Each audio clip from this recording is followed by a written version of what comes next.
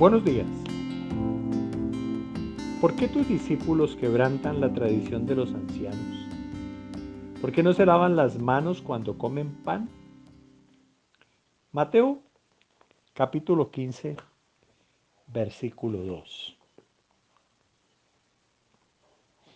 Vamos a ocuparnos de un tema que vale la pena leer completo, el texto de Mateo 15.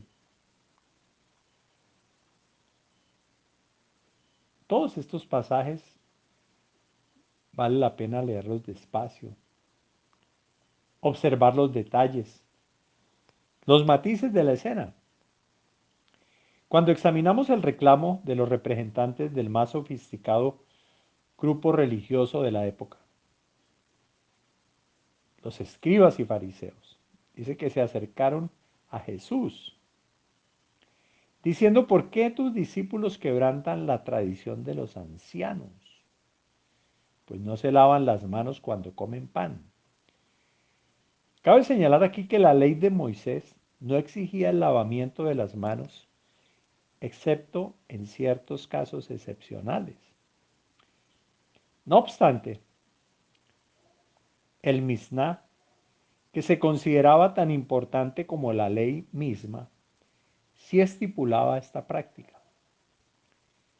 Esta compleja obra, que contenía infinidad de variantes sobre un mismo mandamiento, era producto de la sofisticada interpretación de la ley que tanto amaban los fariseos y escribas. Todas estas directivas habían sido elaboradas para asegurar el cumplimiento de la palabra, pero por esas ironías de la vida, ellas mismas se habían convertido en ley. Observamos que el reclamo iba dirigido a Cristo, aunque los que habían quebrantado el mandamiento eran los discípulos. Un buen maestro, según la práctica de la época, era responsable no solamente por su propio comportamiento, sino también por el de sus seguidores.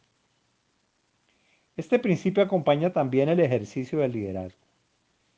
Hemos sido llamados a asumir la responsabilidad por aquellos que estamos formando, aun cuando incurran en comportamientos inapropiados. El líder sabio, sin embargo, cubrirá a sus discípulos delante de los demás y los corregirá cuando se encuentre a solas con ellos.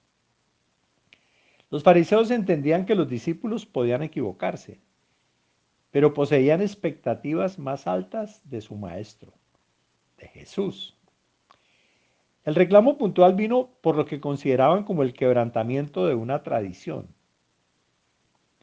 Percibimos en la frase el tono ofendido de quienes aman tanto la rutina, el orden y la disciplina, que han perdido de vista el servicio que éstas deben prestar al ejercicio de la espiritualidad en este caso. En algún momento no fueron tradiciones, sino innovaciones. Alguien con espíritu creativo pensó en una forma diferente o mejorada de observar la ley. Los seguidores, desprovistos de este mismo espíritu, convirtieron la novedad en rutina y la rutina se volvió ley. Lo que comenzó trayendo libertad acabó por imponer una severa esclavitud a quienes intentaban seguir la palabra. Como líderes es sabio que periódicamente introduzcamos modificaciones en la manera en que realizamos las actividades para asegurarnos que lo nuevo no se torne estéril e insignificante. Las ceremonias tales como el casamiento, el bautismo, la cena del Señor son momentos de celebración que contribuyen significativamente a la identidad que poseemos como pueblo de Dios.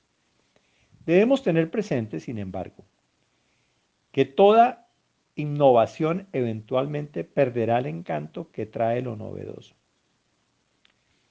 La solución no pasa por vivir en un estado de perpetua innovación, sino en recordar cada día que lo sagrado no está en las formas, sino en la intensidad de la relación que vivimos con Él. tradiciones. Qué increíble cómo el mundo en que nosotros nos movemos es un mundo tan religioso, tan lleno de tradiciones, formalismos, pero ahí no hay fondo, no hay un verdadero contenido, no hay verdaderos principios, no hay profundas convicciones. A veces nuestra vida se convierte simplemente en un ritualismo externo. Lo importante de la forma es el fondo.